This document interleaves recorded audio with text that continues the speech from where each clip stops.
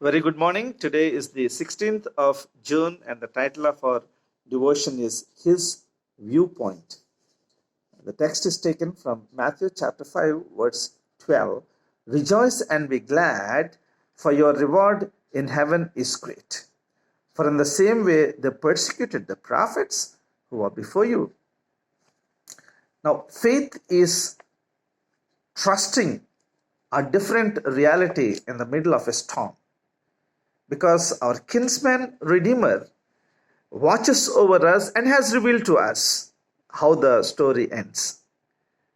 If you know the story is going to end in your favor, you don't mind whatever you're going through, and you can happily accept that.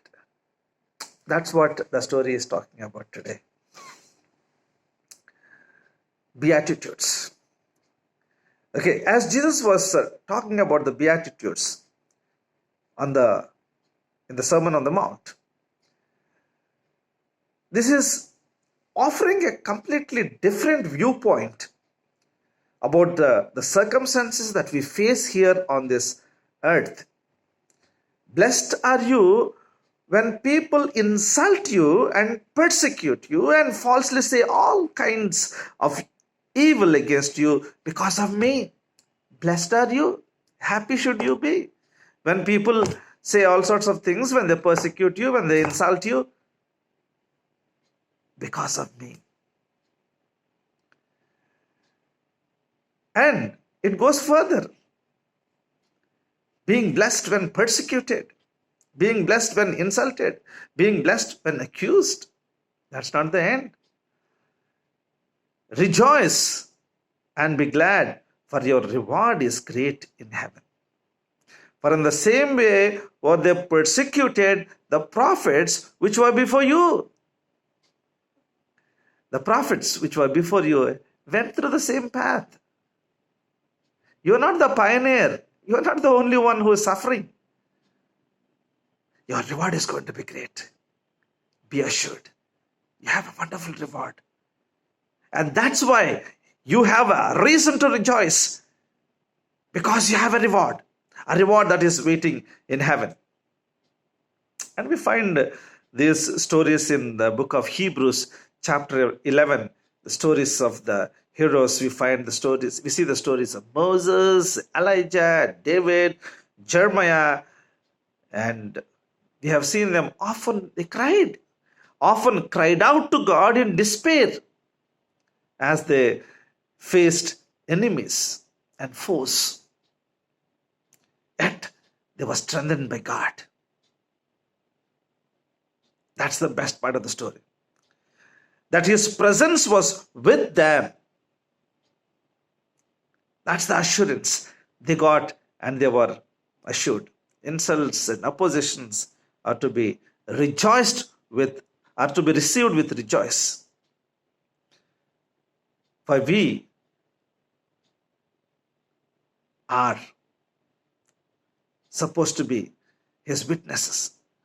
We are called to be His witnesses in the redemption history of Christ and the redemption history of mankind. Man is going to be redeemed from the devil forever.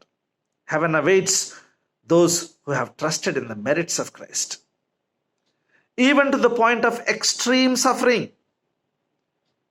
Heaven is waiting to see those people who have remained faithful to Christ even in the extreme sufferings. Like Shadrach, Meshach, and Abednego, they said, if we are not going to obey you, we are not going to respect your word, we are not going to bow down, our God is going to save us. Even if He doesn't save us, we will not bow down. We will not respect your word. Heaven is going to welcome them with the red carpet. Difficulties and struggles may be part of the storms of life. Yet Jesus has offered us heaven's viewpoint. What is that? In the world you have tribulation, but take courage. I have overcome the world. John 16:33. The one who overcame the world is telling us to be courageous. The one who overcame the world is telling us to rejoice in tribulations, rejoice in persecutions, rejoice in accusations, rejoice in insults for my name's sake, because great is your reward in heaven.